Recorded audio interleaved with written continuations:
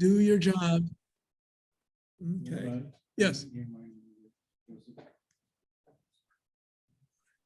I called. Oh, yeah. There you are, Joe.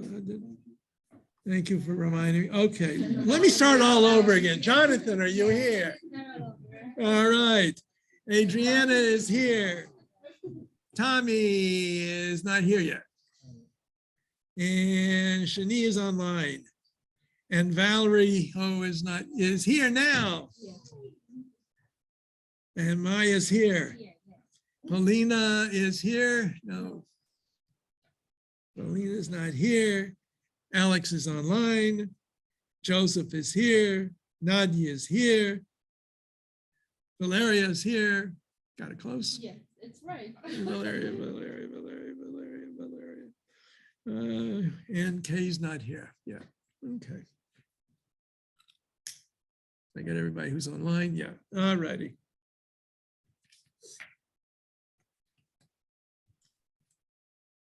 So you can all give me a mazel tov.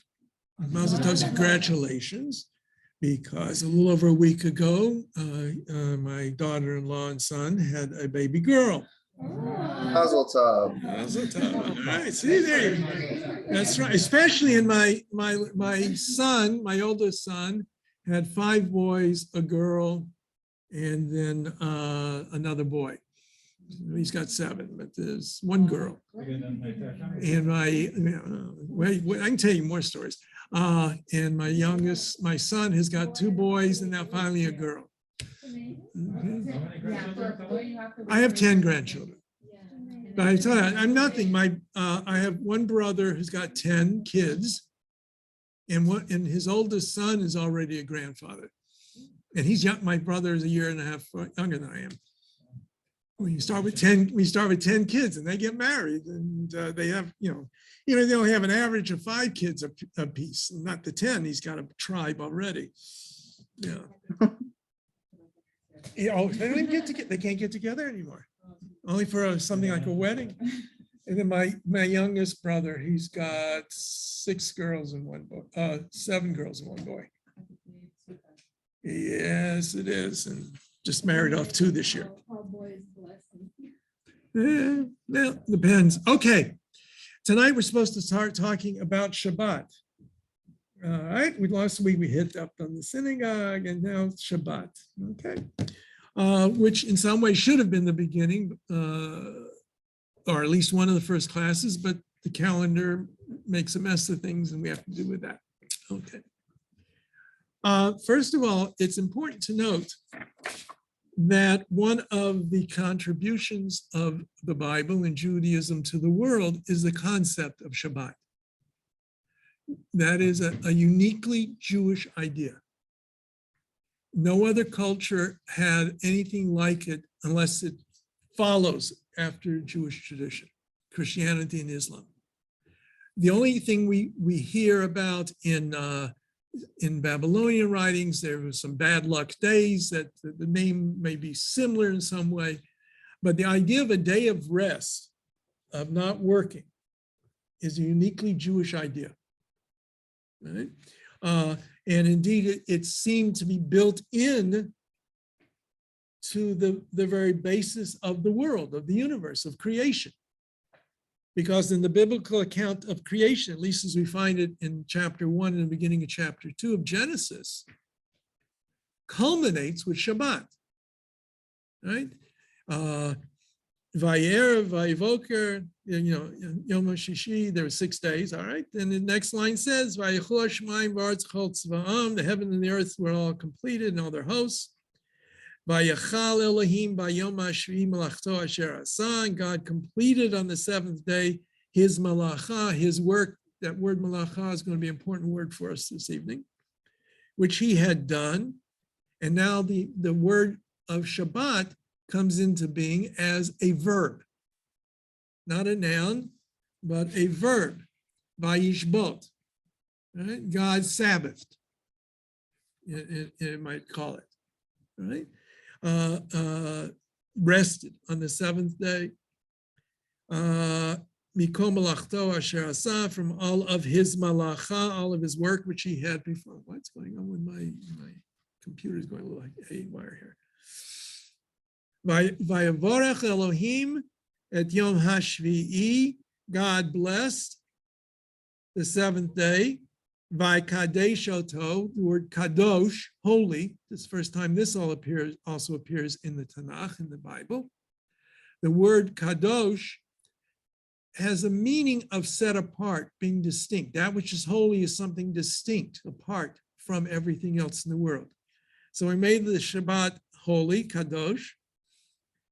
Why? Because Shabbat, because on it he rested, mikol melachto asher bara Elohim lasot, from all of his work, all of his labor, which God created to continue to make, or in which he had done to make. It's kind of a clumsy language there, and hard to understand exactly the full meaning of that last bit of the passage. Okay? So we read about Shabbat, the Sabbath, before we have introduction of the Jewish people, before we have anything else ritualistic. And we're already setting the basis of a certain idea that time is made holy. Abraham Joshua Heschel, who you will meet up a little bit when we talk about modern Jewish philosophers, talked about the distinction. One of the Jewish distinction is Judaism, unlike other faiths which sanctify place, Judaism sanctifies time. And what's most important in Jewish tradition is not location, in physical location, but your location in time. Time is what the holidays. You know, what is the most sacred place in Judaism? You might say the temple would be. Right? But the so-called Western Wall, it's a retaining wall. It was a wall that was put up to make a platform on top to build the temple. Right, that became special location. But with the destruction of the temple, that sanctity kinds of really disappears. And there is no place that really has that kind of sanctity that this temple may have had. Mount Sinai, we don't even know where Mount Sinai is. There's Jabal Musa in the Sinai Peninsula that people think is Mount Sinai, but we don't know. They didn't leave a road sign, here is Mount Sinai, 10 miles, buy your tourist tickets here. Okay. So it is time. The Shabbat and all of the holidays are related in some way to a certain extent to Shabbat, to the Sabbath. As a matter of fact, the word in English, Sabbath, what is that? It merely comes from the Greek transliteration of Shabbat. If the tav at the end of a word without when it's aspirated, either in Ashkenazis, they say S for it, right? Shabbos. But our ancient ancestors probably said a TH sound for it. And the Greeks heard it and transmitted it as a theta. So that's why all these holidays are Sukkoth, Sabbath. So Sabbath is really just the Greek transliteration of what they heard when Jews talked about the Shabbat. And also, it's significant. What are the names of the days of the week in Hebrew? Numbers. It's just numbers. Yom Rishon, first day of the week. Yom Sheni, Yom Shlishi, right? It goes through the numbers. Yom Shishi is the sixth day of the week. Yom Shabbat, but Shabbat has a name. It's the only day of the week that has a Hebrew name. So we start with this idea of Shabbat being part of creation, intrinsically part of the design of the universe, as it were. Now, we come to the mitzvah of Shabbat, and most especially in the Aseret HaDibrot, in the 10 Commandments. And, we will see more later on, but the 10 Commandments appear twice. Actually, they're not even commandments. Aseret HaDibrot, the 10 statements appear twice in the Tanakh, in the Bible. Once in Sefer Shemot, in the book of Exodus, and once in Sefer Devarim, the book of Deuteronomy. So it's the fifth, in both cases, it's the fourth commandment, fourth commandment. And in Exodus, the commandment is worded this way, Zachor et Yom HaShabbat l'kadsho, remember the Sabbath day to make it holy, or to keep it holy. Sheshet yamim ta'avod v'asita kol melachtecha, 6 days shall you work and perform all of your malacha, all of your work activities. The Yom HaShvi'i, in the 7th day, Shabbat la'Adonai Elohecha, is a Sabbath to the Lord your God. Lo ta'aseh chol melacha, do not perform, do not make any kind of melacha, any kind of, again, for lack of a better word right now, we're going to translate it as work. Ata, you, uvincha, uvivetecha, your son, your daughter, avdecha, your servant, your male servant, amatcha, your female servant, uvemtecha, and your beasts, your animals, vigercha, and the stranger, asher bisharech, who's in your gates. So all of society is told to rest. Right? Why? Because 6 days the Lord made heaven and earth, the earth and the sea,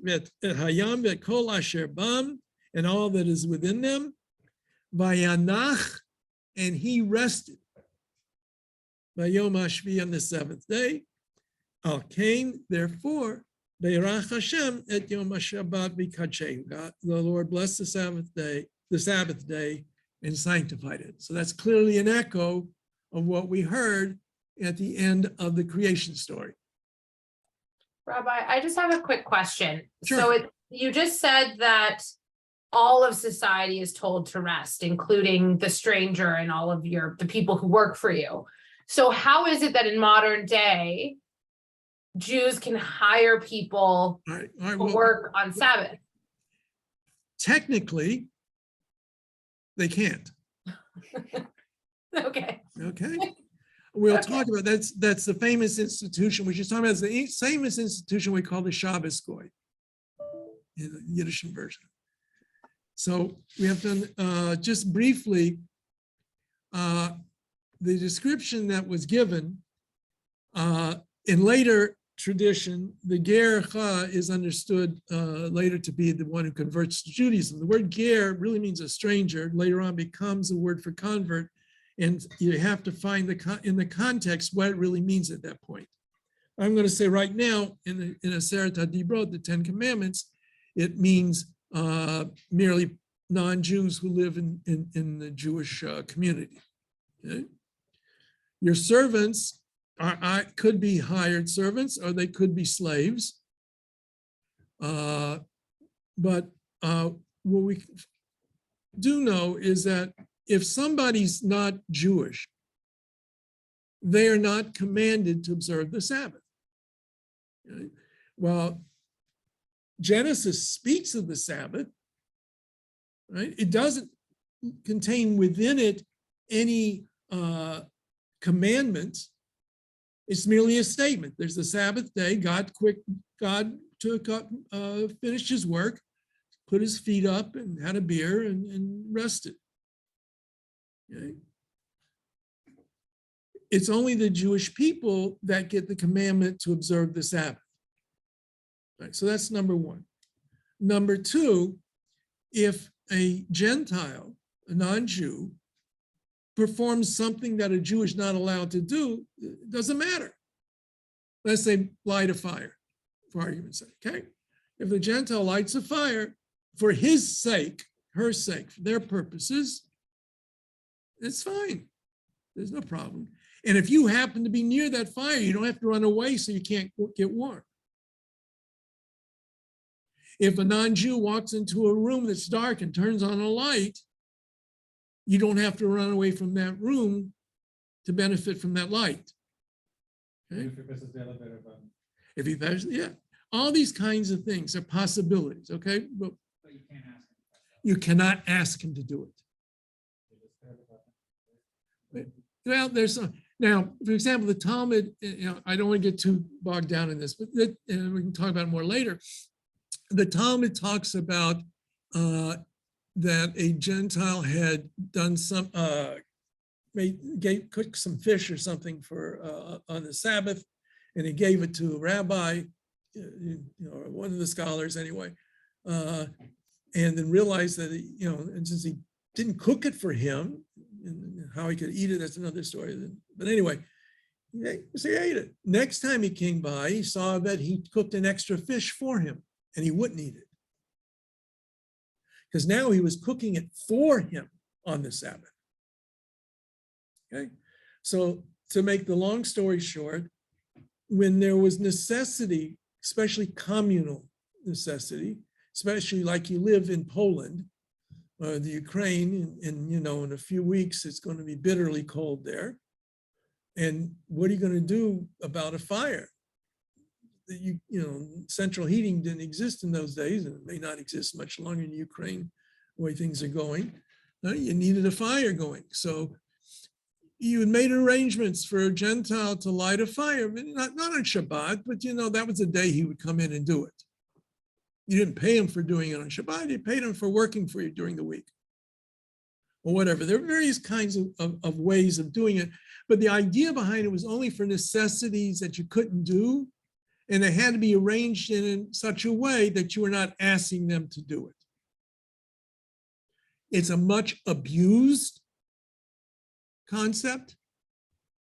A lot of rabbis were very upset with how it was used and abused, but it did exist and does exist still today. Most synagogues couldn't function today without having people on their staff who aren't Jewish, who just happen to need lights on in the sanctuary to come into the sanctuary to do what they're going to do. And so the congregation comes in, we got light to read by. Okay. All right. So and briefly, I hope that answers your question. Okay. All right. So now, but when we look at the language of the Aseret HaDibrot, the 10 commandments, the 10 statements in Exodus, we're told that the reason for the Sabbath is God created the world. Right? It's a cosmic idea. The underpinnings of it are cosmic. It is a reminder that the world exists because there is a creator. Had God not created the world would not exist. So Shabbat serves as a reminder of the divine source of creation. Now, when we turn to Deuteronomy, where the Aseret HaDibrot, the 10 statements are repeated, they're not repeated identically. There are a number of differences in some of the statements, and the Sabbath one is the major difference. There it says, Shamor et Yom HaShabbat L'Kadesho. Guard, observe the Sabbath day to make it holy. Kasher tzivcha Hashem Elokecha, as the Lord your God has commanded you. Okay, so here God commands. There we're told not to do work, but that doesn't use the word of commanded. You're not to work, but doesn't use the word command. Here it's very clearly spelled out. God commands you not to do work. Sheshit yamim tavo v'asita kol malachtecha, and again the idea that you're allowed to do work. 6 days of the week you should labor and perform your work. V'yom hashvi'i Shabbat l'Hashem Elokecha, and the 7th day is a Shabbat to the Lord your God. Lo ta'aseh kol malacha, don't perform any kind of work. Kol malacha. Ata avincha v'itcha avavdecha amadcha v'shorcha v'chamorcha v'hemtecha v'gercha asher bisharecha, you, your sons and daughters, your servants, male and female servants, your ox, your ass, all of the beasts, and the stranger who is in your gates. Aman yanuach avdecha ve'amadcha kamocha, so that your servant, male servant and female servant, can rest just like you.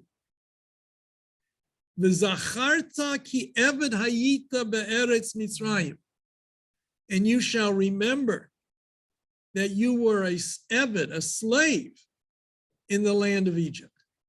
V'yotziacha Hashem elokecha misham b'yad chazaka v'zorah netuyah. And the Lord your God took you out of there with a strong hand and an outstretched arm. Therefore, your Lord your God has commanded you to observe the Sabbath day. It's not a memorial to creation, right? The act of creation is not spelled out here at all. What is spelled out is, one, God commands you to do it, and you do it because you were slaves in Egypt. That's part of the reason why you have to let your servants rest. And as a thanksgiving to God who brought us out of there with an outstretched arm. God took us out. We were slaves. We were in bondage. Time was not under our control. One of the most important elements of freedom is the ability to control your time. So the rationale for Shabbat, as it appears in Sefer Devarim in Deuteronomy, is much more social, much more related to freedom. So that essentially, I say that we find in Exodus, creation, universal, cosmic, that's the idea behind Shabbat. In Devarim, Deuteronomy, Exodus, freedom, a social contract. And even in every society today, virtually every society has this concept that people should not have to be busy working, laboring 7 days a week for a master. That comes from this. One of the problems in the modern era is we're losing it. Especially you can work from home now, so you can work 7 days a week and on call 24 hours a day, right? And what happens to the concept of rest, of being off, just, so that's one of the issues that the modern world faces. All right, so now we start off with the, Rabbi. yes. Hi, Rabbi. It's Lauren speaking. Okay. What's the importance, if any, of a common day of rest rather than just a day of rest? Why should I take Saturday off and you take Saturday off rather than you take Saturday, I'll take Thursday, somebody else will take Tuesday? Because we live in a Jewish community. No, but what's the Jewish idea of a common day of rest? A common day of rest. Well, first of all, we've got it in the story of creation. We've got it in the both versions of the 10 Commandments that there is 1 day a week that is specified from, at least from the biblical perspective, from the beginning of creation. So why do you think, though, that they said that it wasn't you have to social every 7 days, but you have to rest together every 7 days? Because Judaism is not a religion of hermits. It's not a religion of unique individuals. It's a religion of a community. But doesn't that make the community awfully hard? I mean, farmers have to milk their sheep, and soldiers have to go to war. And there are exceptions. Would you make it a lot more easy if people took Thursdays or Fridays or Wednesday afternoons off rather than just everybody on Saturday? No, it would not create the sense of community. One of the things what is important is we're going to get into when we talk about what is allowed and not allowed on Shabbat is all based upon the idea that we all share together. Even, in the Christian world where Sunday becomes the version of their Sabbath, for the most of the Christian world, there too, it was one day a week. It was everyone, it was society. Yes, there may be instances in which people may have to violate the Shabbat for special reasons. But the fact is, they know that they're violating the Shabbat for that reason. Like the Yom Kippur War.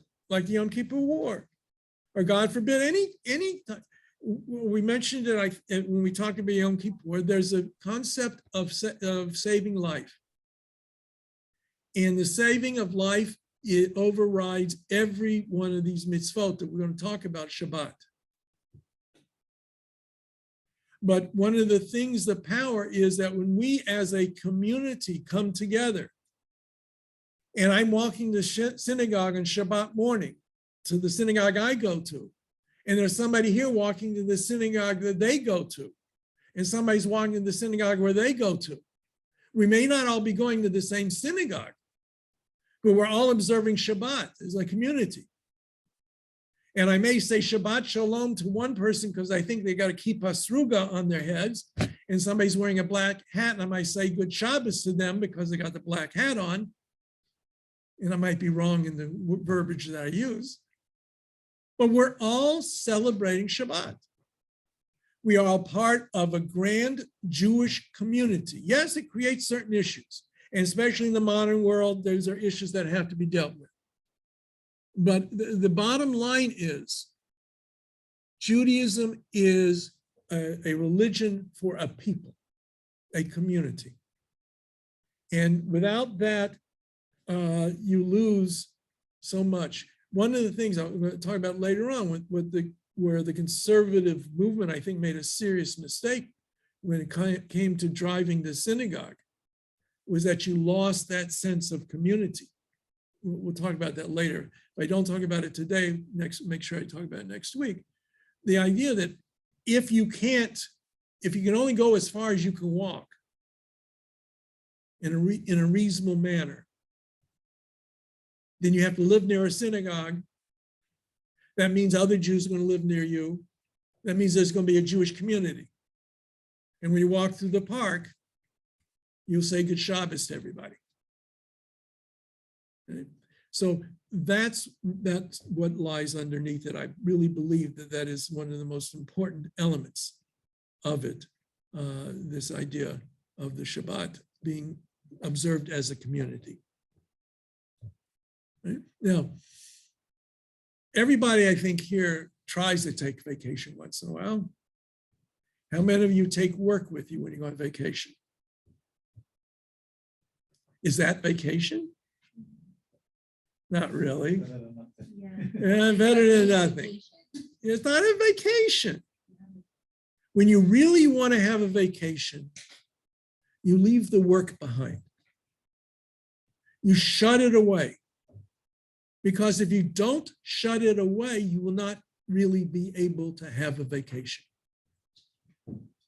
That phone is going to ring, that email is going to have to be answered.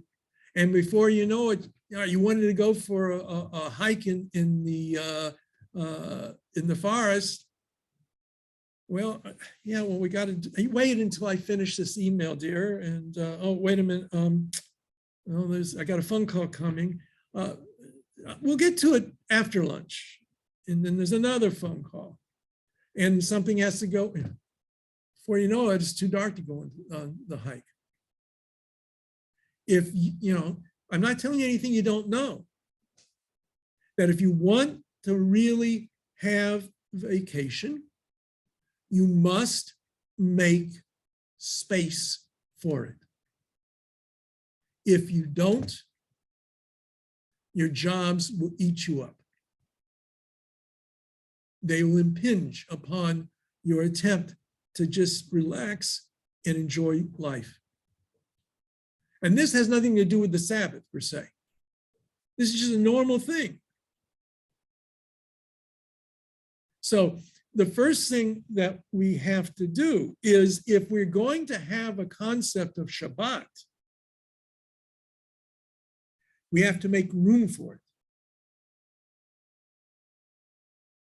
And if we don't make room for it, it won't come by itself. Now, everybody understands that the seventh day comes every week. Saturday comes every 7 days. Shabbat comes, but only if you open the door for it. All right, so that's the first thing we have to understand.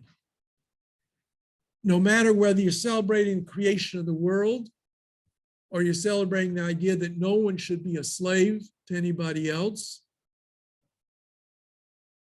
you have to make room for that celebration, that acknowledgement. And it's hard to celebrate human freedom if you're stuck working that day. All right, so now, what are we supposed to not do in Shabbat? Work. What's work? What's work? Anybody got a good definition? Energy used to move matter? Anything that causes you stress? Well, that rules out parentage then. Not to say being a parent isn't a lot of work. Anything brings you money? Well, what if you're a slave? It doesn't bring you any money, but you're still doing it.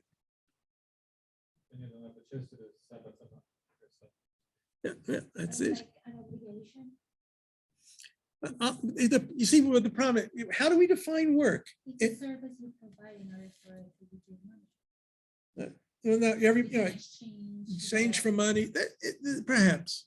Those are always. So now, the way we look at the Torah is we look at the words that are used and try to understand what those words are and what they mean. So I kept using the word malacha. Okay? The word malacha first appears in Genesis, and it appears after God has finished creating the world. Take it as a myth, take it as a paradigm, take it as actual reality. I don't care how you want to look at it right now. The point being, the biblical description is that God was doing malacha. He was not being paid for it. He didn't have to sweat about it. It didn't give him any tension. By Yomer Elohim Yehi Or, God said, let there be light. There's not a lot of work going into that. But what is the word used for? Malacha. So the first thing we see is that what we're supposed to cease from is not work as you might define it. It's malacha. And one definition of malacha is creative labor or action. What? Maybe progress? Not progress. Progress has nothing to do with labor. That's a different word. That's mem lamed chaf. This is mem lamed aleph chaf. Hey. Creative activity, mastery of the world, actions that show you control the world around you. So where do we else find that? We find that when the Torah speaks about Israel making a sanctuary, the Mishkan. Okay. The building of the tabernacle.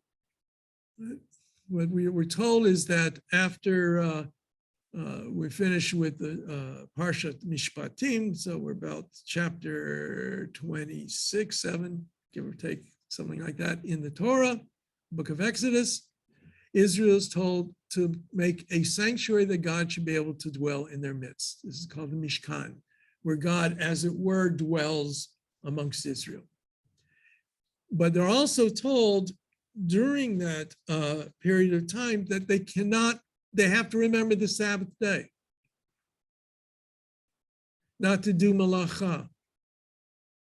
So the rabbis put this passage in Genesis with this passage in Exodus and said, what we are forbidden to do on Shabbat were those activities that were necessary when it came to constructing the Mishkan, the tabernacle.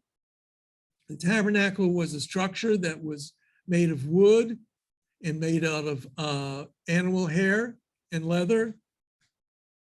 And what took place in it required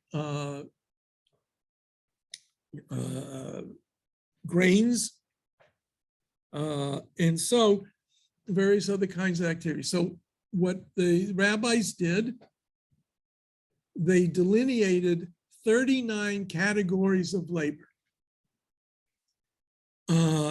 that were considered to be malacha, and they were forbidden on Shabbat.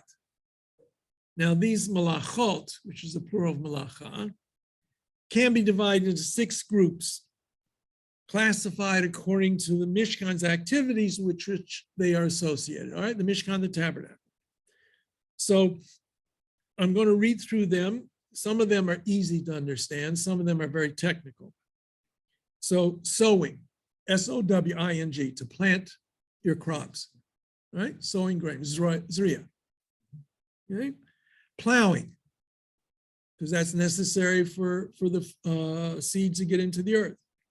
Reaping, binding sheaves, because we're talking about grain, growing wheat. Right? Threshing the wheat, winnowing the wheat kernels, selecting, getting rid of the schmutz, the pebbles and other kinds of things that get mixed in with it, grinding up that wheat to make flour, sifting the flour, kneading the flour, baking the bread. Okay? Those are all activities associated with the Mishkan and the production of bread that was used in the various sacrifices. Okay? Then as is called in one definition of these works, field work. Okay. Then comes the activities that were necessary in making the curtains, which were from various material. Shearing wool, cleaning the wool, combing the wool, dyeing the wool, coloring it, spinning it into threads. And now we start getting into some technical terms dealing with weaving, stretching the threads on the loom, making loops that are part of that, then weaving the threads, separating the threads, tying a knot, permanent knot, untying a knot was meant to be permanent, sewing and tearing in order to make things from it.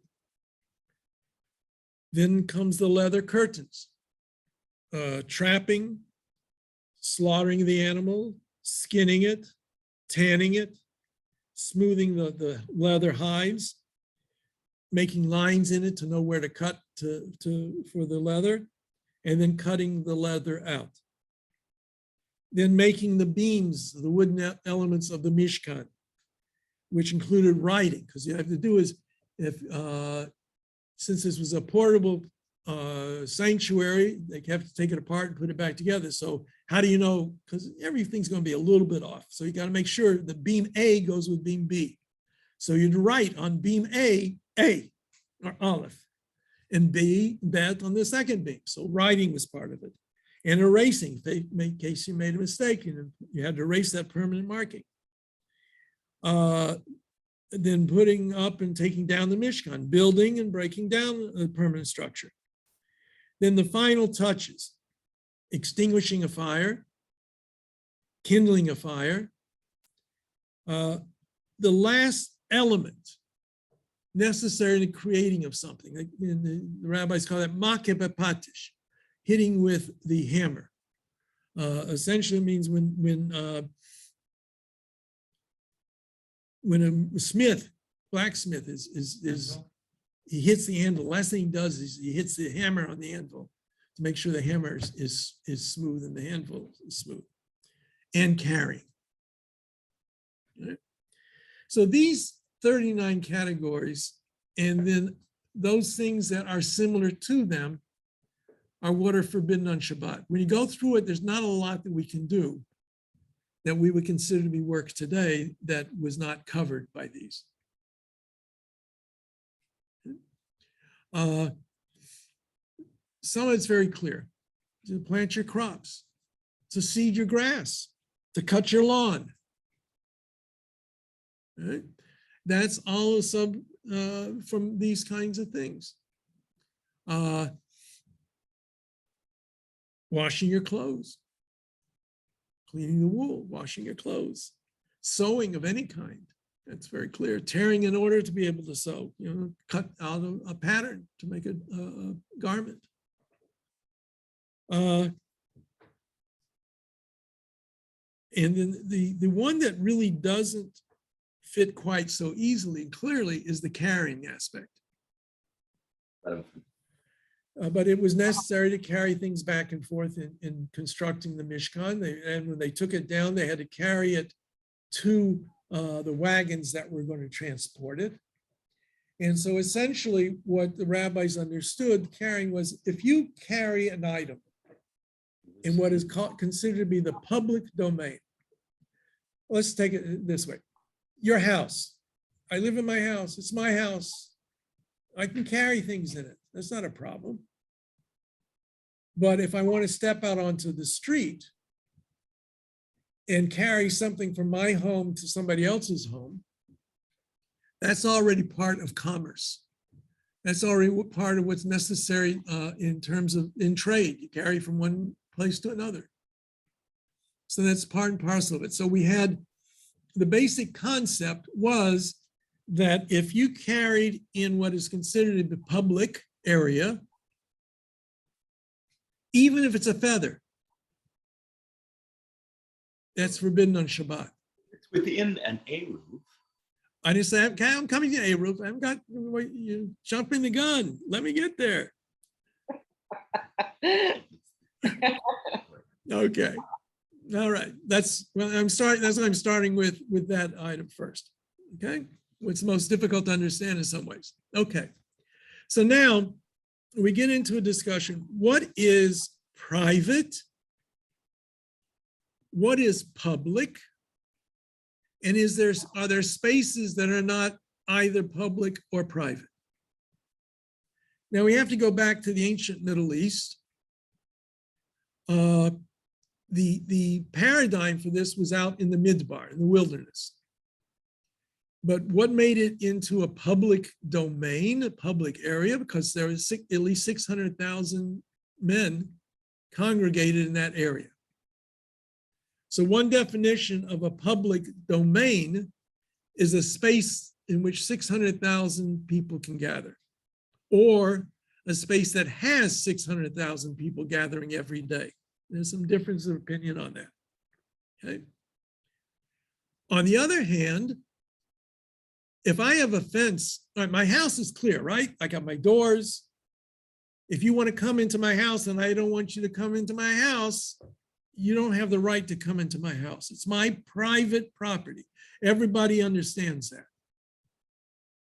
My backyard, which is fenced, the fence makes very clear that it's my backyard, my private property.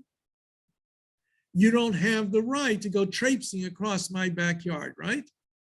Because it's my private property. Right? So if I fence in a living area, that becomes private. In one of the circumstances in cities in their day was, instead of having a street and a whole bunch of houses parallel to each other, running down the street for whatever length it is, you would have buildings that surrounded a courtyard, a common courtyard. And the houses would be built around that, facing into that courtyard. But that was common property. You had rights to use it, but you do not have exclusive rights to use it.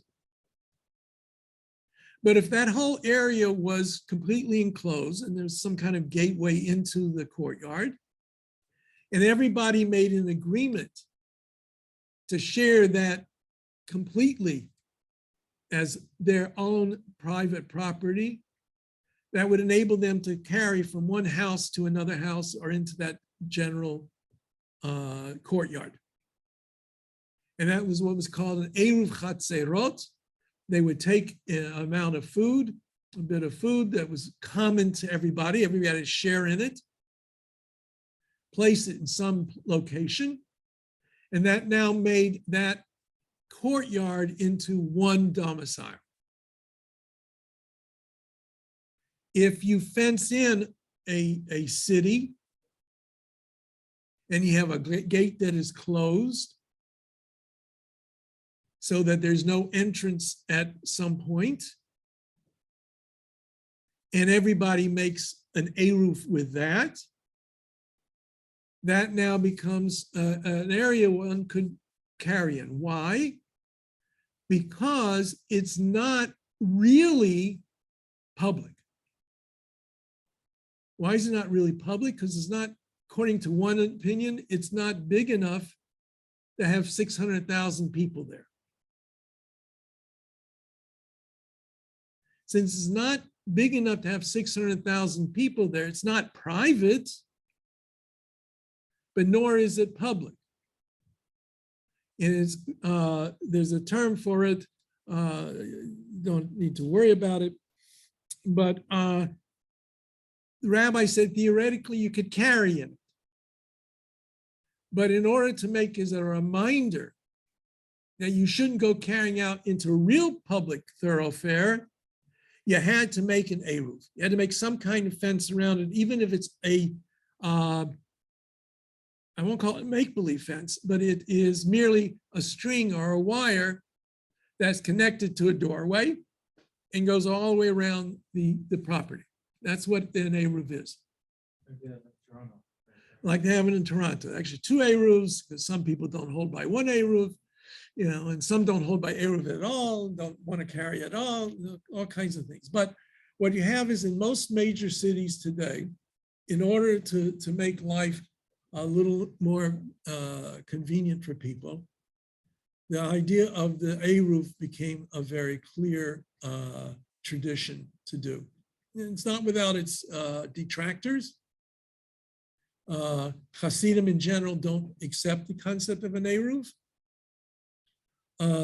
So that's why you'll see some who walk to shul, they're wearing the talis. And they don't carry the talis bag, they wear the talis, they're wearing it.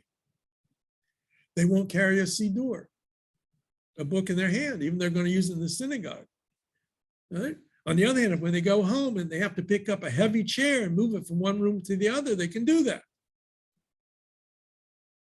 But if they want to carry a siddur to the synagogue and there's no eruv, or they don't hold by eruv, they can't do that.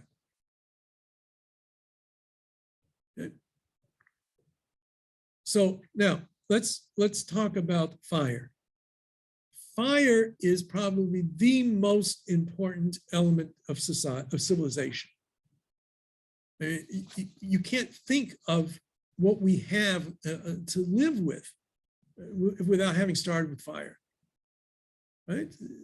Our civilization couldn't exist if we hadn't mastered fire. Whether it being just making bricks or heating metal and making it into utensils. And all of that is what we have because of the ability to use fire. So if there's anything that is symbolic of human mastery over nature, it's fire. So once again, the rabbis understood that because of, really not because in the Mishkan, I think it's really that goes beyond that. It's mentioned elsewhere specifically. Some of these labors are not mentioned. Okay? A number of them, the rabbis just figured out from what took place. Fire is mentioned explicitly in the Torah. Lo tavaru eish b'kol moshvatechem b'yom haShabbat. You will not kindle a fire in your settlements on the Sabbath. So the rabbis understood that fire was a special category in and of itself, and that we're neither allowed to light a fire nor extinguish a fire on the Sabbath. They didn't say you cannot have a fire going, but you can't feed it, you can't put it out. That was a very big dispute in the early medieval period when the Karaites came into being. Karaites were a sect of Judaism who rejected rabbinic interpretation. And they said, they understood, it says, Lo tavaru eish b'kol moshvatechem. You cannot kindle a fire to mean you cannot have a fire on the Sabbath. And therefore they would not allow a fire that was lit even before the Sabbath began. The rabbis in the Mishnah talk about the need of having light on the Sabbath and what you're allowed to do or not do with those lamps, those oil lamps that were burning, and making sure that you had something lit before the Sabbath began. But we don't have actually in the Talmud a blessing for lighting the Sabbath candles or Sabbath lights. That probably arose because the Karaites said you couldn't have it. So it's very possible to emphasize the rabbinic interpretation that you should have light to be able to enjoy the Sabbath. The blessing was created. I'm sorry? We don't, I'm making that statement. We can't know for sure. Okay, what we know is you will not find the blessing mentioned in the Talmud. We do know by the medieval period, Middle Ages, the blessing existed. When it came into a lot of the prayers have their source in the Talmud, but the actual formulation of them, as we'll see, took place many years later, even after the Talmud, even if the core was there. Yes. So where's the first place that the Shabbat candle prayer is mentioned? I don't remember. It may be in Gaonic literature, which we're talking about 7th century, 8th century. The blessing per se. Yeah. Rabbi, Yes. It's very interesting to me that the definition of work against the definition, say, you think maybe opposite of work is pleasure, in fact is not. That work is defined as a whole specific thing, and what might be termed, what I might consider pleasurable would also be work, swimming or sailing a boat or Right. enjoying myself. Well, Are both of still those, considered work, even though they're pleasurable. So to equate work, not work, pleasure, not pleasure, that's not right. are not necessarily the same things. No, they don't have anything to do with each other. Exactly, it has nothing to do with it. So just because you get pleasure from something doesn't mean it's not work, and therefore Work- it is work, Work and can be therefore pleasurable. Look, will let it me, come out on Sabbath? look, work can be pleasurable. A lot of people enjoy what they do. I'm not asking whether work is All right, pleasurable. no. Well, let me finish. That pleasure, by definition, can still be considered work and therefore forbidden. Correct. It's the activity. It's not your attitude. It's not your attitude to it. It's what it is. One of the examples I give often to this class is a house painter. We know what his work is. He's painting.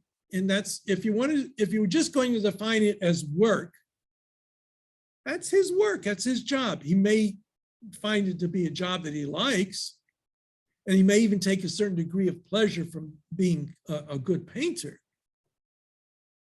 But on the other hand, somebody else, I got time, I like to paint, I find it relaxing. And I'm not getting paid for it. I'm just painting the wall because, it gives me pleasure to have the nice paint on that wall. That's why there's the same definition for both people.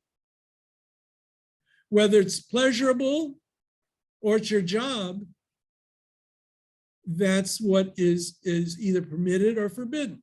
So you can work for free. It does seem No, rather. it's not a question of work. See, don't use the term works. That's a problem. The problem is why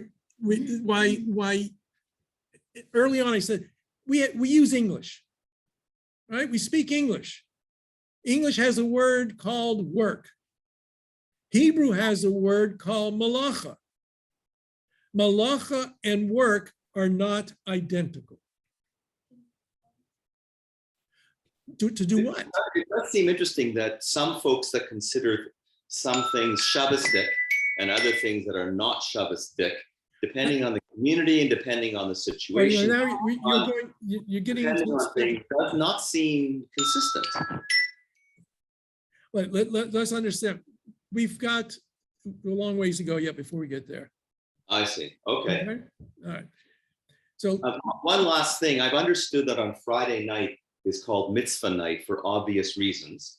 And that there could not be any more indication of creation than the mitzvah night. Yet creating things is not allowed on Shabbat. So that seems to be inconsistent for me. Can you help me out? Well, if it's inconsistent for you, I suppose I should tell you don't observe the mitzvah Shabbat that way if you don't want to. It seems inconsistent that on one hand you're not supposed to create, but on the other hand you sure are supposed to have the mitzvah Relations. on Friday night. So Yeah, how do you drive those two contrasting situations? Sorry, Rabbi. That's okay. You make life enjoyable. Sure. The whole class agrees with me here. Let's just briefly. There's nothing in our tradition that says you're not allowed to have pleasure on Shabbat. It doesn't say all kinds of creativity. For example, if I want to come up with a poem, I can create a poem. I can't write it down, but I can create a poem on Shabbat. That's creation, creative.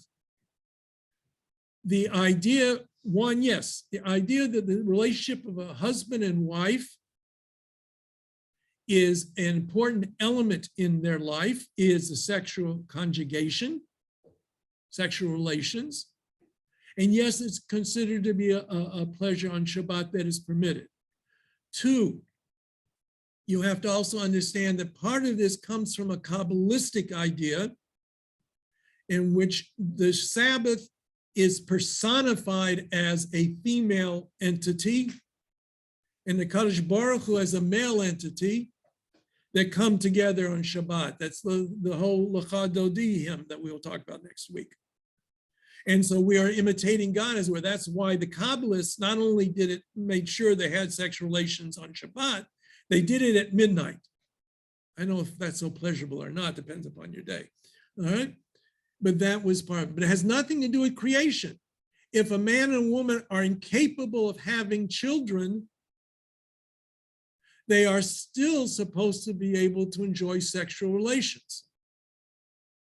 If the only reason for sexual relations was the creation of life, then if the couple were unable to create life, then they would be forbidden to have sexual relations. But that's not the story. Okay? So let's understand. Pleasure is one thing. Malacha, the English work, for lack of a better term, is another. And it is the act that we are concerned, first of all, not with the attitude. Okay? So we have subcategories in the Talmud, yes. Doesn't that contradict the part of scripture that says to not waste your seed? Well, the definition of wasting seed was understood by the rabbis as an act that was not part of sexual intercourse in a natural manner, or maybe even in an unnatural manner. There's the whole discussion about anal intercourse. Is it permitted or not? The more stringent readings want to say the Talmud says a man can kiss his wife wherever he wants to, any limb, And be a kadarka, be a shalokadarka, normal sexual relations and abnormal sexual relations. Some want to say that if you do the quote abnormal anal intercourse, you cannot ejaculate. Others say yes, you can. Then there are those who want to say, no, no, no, no. That cannot be what the rabbis meant. They would not permit such a terrible thing. Natural means man on top, unnatural means woman on top. So you can have intercourse in one of the two ways, all right? But not anal intercourse. That's the very restrictive. But Maimonides is the one who uses that language, that direct language, be a kadarka, be a shalokadarka. As long as it's a sexual act traditionally between a man and a woman, it's not considered to be wasting seed. Question about using a diaphragm comes up, maybe. Issue of using a condom can come up. We'll talk about that in the spring, okay? But I always love that. That's why we go far afield. You know, there's the story.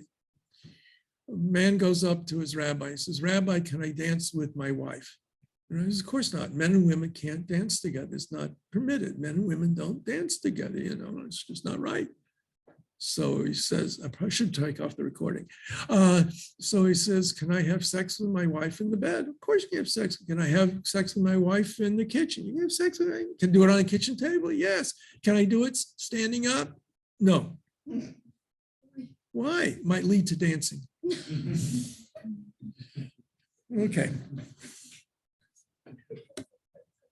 I didn't say it, you know, this is the way I teach. Sorry, guys. If you don't like this, you'll have to find a different teacher. You like that? All right. Okay, so the rabbis in the Talmud, when they talk about the laws of Shabbat, they know that there really is, it's like they're hanging a whole bunch of things by a hair. The rabbis understood that there's a tremendous expansion of what is allowed and not allowed on the Shabbat. But that was to make it, as I started off earlier, into the space to fill with something.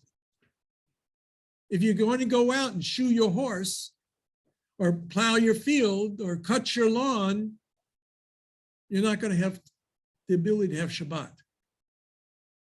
Right? And amongst the pleasures of Shabbat, besides the more,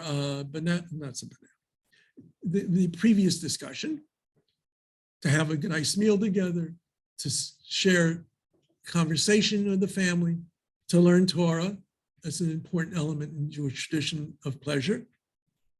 You have to have space to be able to do all these things. So in the Talmud, they talk about there is what was strictly forbidden from the Torah, and then they add to that various prohibited actions. For example, agreeing to buy something was prohibited because most agreements are confirmed in writing. Climbing a tree is forbidden because it might lead to breaking twigs or tearing leaves, which could be construed as reaping, as harvesting things from the tree. Other activities that are permitted of Shabbat include adding fresh water to a vase of cut flowers, okay, because that helps the flowers and their growth, or at least can maintain them. Making a bouquet of flowers, making a sheaf. Separating good fruit from spoiled fruit. Win-win. You can take the good to eat, but you can't, sit down. This is bad. This is good. This is bad. Cutting hair and nails, braiding hair, drawing blood, these kinds of things are listed.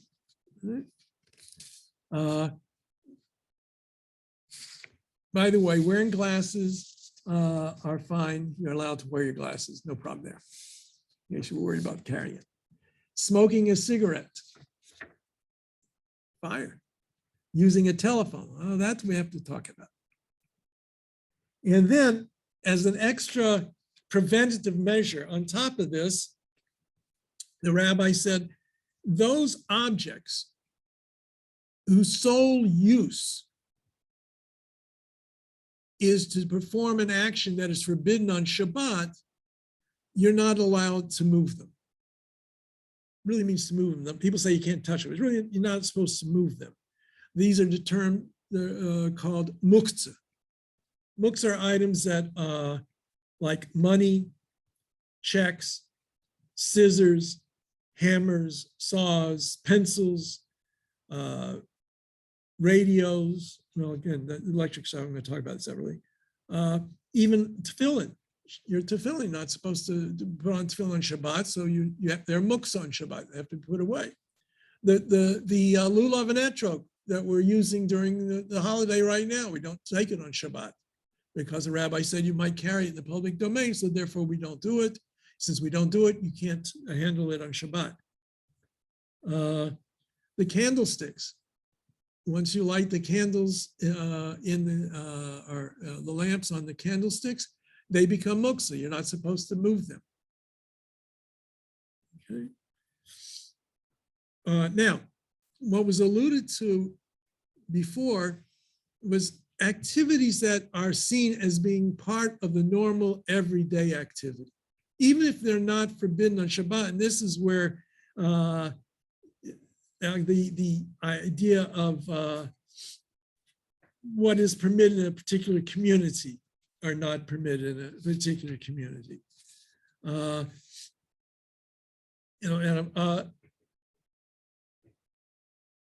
Some people would consider something not to be Shabbistic. That's the Yiddish version of it. It's just not in keeping with Shabbos. Right? It's not that it's forbidden, but in our community, we don't play baseball. We don't kick a football around. This community may say, oh, it's okay. The kids got to do something. You want to play with the ball, play with the ball. I'm just trying to think.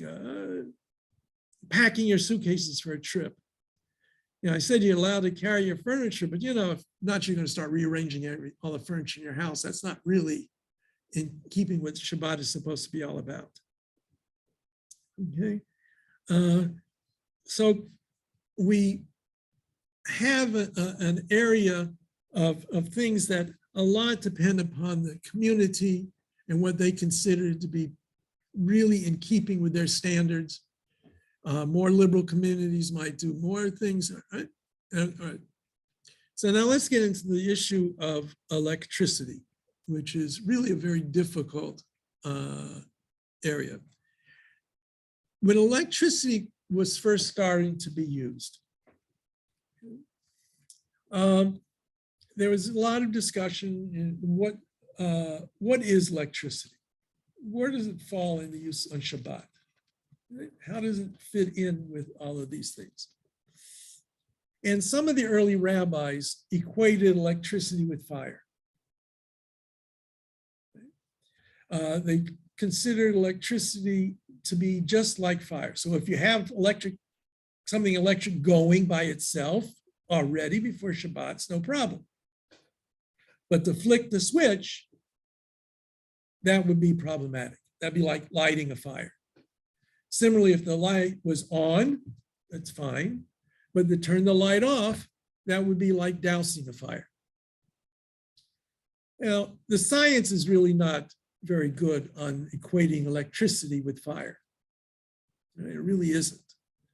And so what really came up in the traditional Jewish world was various ways of trying to find a way to say you can't actively use electricity.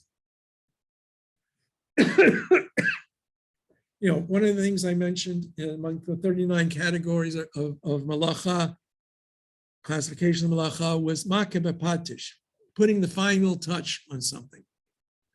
So if I have a pot and I'm making a pot and all that's left to it is to attach the handle, if I do that, that's forbidden, even if I did it in a way that wasn't a forbidden manner. Right? Let's say there was a hole in it, and all I did was put a ring in it to use to hang it up. That's the last hammer's blow. That's the finishing of the object, completing a circuit. So one argument given is completing a circuit is like makeh b'patish. Okay. Now, there are those who would argue, and I'm one of them, that I don't think electricity really in and of itself is forbidden on Shabbat. But because everything that we use it for and the various things that we would use it for, and because it leads to other things, I would not use it on Shabbat. Okay? So I don't turn lights on and off. I don't turn the radio on and off. I have a radio that's part of the alarm, right? It goes on at 7, it actually goes on twice, once at 6 a.m., one at 7 a.m.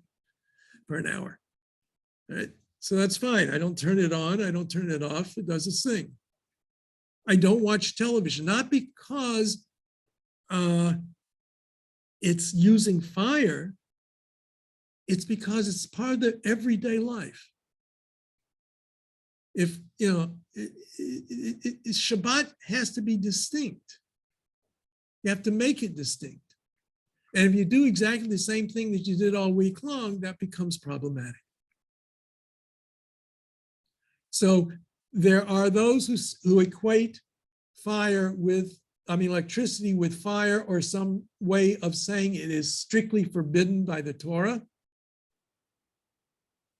Others who would say it's not forbidden by the Torah, but it's basically forbidden by rabbinic enactment. If it's a rabbinic enactment, there might be room for other leeways that might be there.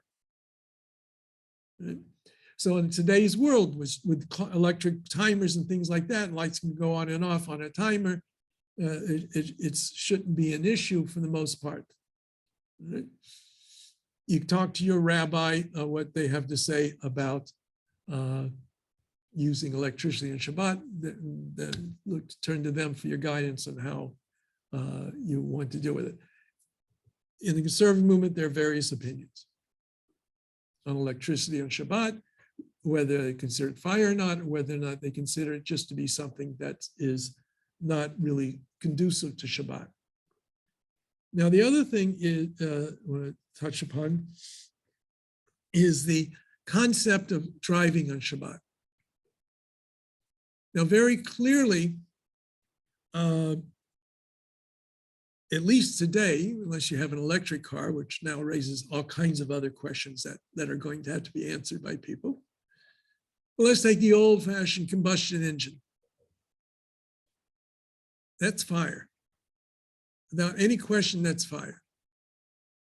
The only question is it, according to the rabbis, is it fire that was directly forbidden by the Torah, or is it a different kind of thing? See, I don't want to get too bogged down into the details, but essentially, for something to be forbidden, it was understood it had to be used in the same way that it was used in the tabernacle, in the Mishkan. Okay? So fire was used for heat, fire was used for cooking, fire was used for making, handling metals, melting them down and stuff like that. Fire was not used for locomotion, for movement.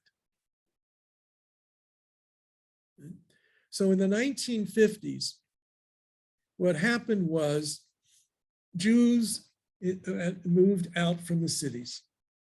The Jewish community, for the most part, a large measure, right? Jews migrated in the largest numbers at the end of the 19th century, in the 1880s. That was the largest influx of Jews to North America, especially the United States. And as with almost all immigrant populations, they settled in the cities, and they tended to settle in one area. And so you had Jewish neighborhoods, but just by norm, people settled there. That's where new immigrants came. And so whether or not they observed the Sabbath, if they wanted to go to a synagogue, the synagogue was usually within walking distance of where they lived. So now in the 50s, we start to have the burgeoning of suburbia, and people move out of the cities. And they don't choose, or there aren't synagogues that they can walk to on the Sabbath. What to do? So the Reform movement, who did not accept, weren't worried about these laws, they had no problem. The Orthodox said, no, you can't. That's just it. You have to make sure you live near the synagogue. So the conservative rabbis, knowing their populations, people who weren't going to necessarily live near the synagogue, but they wanted them to come to the synagogue because they felt they wouldn't have a Sabbath otherwise. So they came up with a ruling that one says, first of all, they defined the internal combustion engine as being only forbidden rabbinically, because it was not used the way fire was used in the Mishkan. And since it was only rabbinically forbidden, they felt that under the circumstances, we could allow you to drive to and from the synagogue, but only to and from the synagogue, not anywhere else. And that still remains the basic construct of that permission of driving to synagogue on Shabbat. It was a leniency based upon way people said, took to where they lived, and therefore they felt it was not everybody on the law committee agreed with that, but enough of them did make it a practice that permitted driving to and from the synagogue on Shabbat, but only to and from the synagogue, not anywhere else. Now, one of the drawbacks is the slippery slope thing. I know this for a fact because I had a congregant who told me, he says, he lived near this synagogue, but he says, when he learned that you could drive to the synagogue in the conservative movement, since you can drive to the synagogue, so you don't have to live that close to the synagogue. So he bought a home way far out in the middle of nowhere because he was going to drive anyway. So what difference does it make if it was a 20-minute drive or it was a 45-minute drive? And that was not the purpose of what that response was. Right? So ideally, we should make every effort to live in a community near a synagogue so we shouldn't have to drive on Shabbat. If you cannot make Shabbat for yourself in a way that is satisfactory, then if you have to drive to and from the synagogue, I can understand that. Okay? I personally will not drive to the synagogue. I don't use electricity on Shabbat, and I don't unless, God forbid, it's an emergency. I have done that. Okay. But it's not meant to be permission to go to the shopping mall or go to the park or go everywhere else in the world. Shabbat is ideally spent at home and in the synagogue, or in your neighborhood, and that's where it's supposed to be. Okay? And to try and make it special as much as you can. And we do that through rituals. I just want to, so what time is it? All right, let me just take a few more minutes. The most important element of Shabbat is what takes place at home. I mean, the synagogue is important, and attending synagogue is important, but it starts with what you do at home. One of the things that I've seen in Canada is there's still a very strong Shabbat Friday night dinner feeling in the Jewish community. And this is true in Israel as well. Even if you're not religious, this idea of Friday night dinner as something special, that still has a very strong hold on people. Because, when I talk to a couple that's getting married, one of the things I emphasize is if you don't have anything else with Shabbat, have the Friday night dinner, and that is absolute black letter law. Everybody comes to Friday night dinner. There are no games you go to. There's no movies that you go to, you know, if you're gonna go, it has to be after dinner, long after dinner. Because the first thing you do by doing that, you've got to be together as a family. If you insist upon it, because otherwise, I had to, for various reasons, I had to get to the shul tonight, so I had to eat dinner early, and I couldn't eat dinner after shul because I'm coming here to teach my class. So I didn't eat dinner with my wife and daughter tonight. Friday night, there's no question where you have dinner together. When my kids, when they're growing up, Shabbat dinner. And then, we have, I'm sorry, Shabbat, so it wasn't an issue. But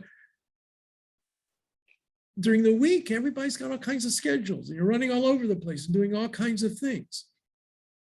And if you don't say, this is the law, it won't happen. And it has to be, no, I know it's the Blue Jays are playing in the playoffs this Friday night, which they did, but you can't go to the game, or at least leave the game early enough that you can get home before Shabbat. Okay? No, it wouldn't have been. So even more so, even if you were observing Shabbat, and you went to the game and you lived near the stadium, you would have ruined your Shabbat.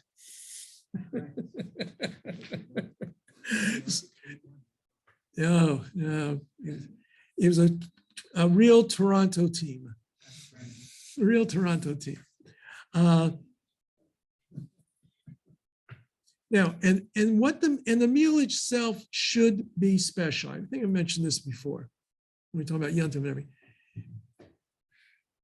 If you're having something special in your life, you want to have a special meal, right? You have an anniversary, you have a birthday, you go out of your way to make it a special meal. Every Shabbat should be a special meal. That doesn't tell you what it has to be. My wife, bless her, she's got a whole bookcase of cookbooks, and can't have the same meal every week at all. Not even necessarily have it twice a year. Okay, so maybe twice a year. Okay, but Saturday night, she's already thinking of what she's going to be having for Shabbat, planning her menus. Now, you don't, I love her very much, but you don't have to be that mashugana. Although I enjoyed it, you can tell. But it makes it, when you put that effort into it, at least into making it something that's different, it's not just slapdash, it's not something you would have, to eat and run. It's a special meal. It can be anything that you consider to be special. If you're vegetarian, that's fine. And it doesn't have to be roast chicken. Overcooked roast chicken. Eastern European cooking. Thank God my wife doesn't cook that way. All right. It used to be, what was it? If you had the chicken was sick or somebody in the house was sick, But and then you put that effort and you share your time together. And all these things, we'll talk more about the candles and the Kiddush and all that in synagogue services next week. But you put that effort in, you get out of it what you put into it. Okay. Any other questions? We lost somebody. All right. Okay. God willing, next week. We're back.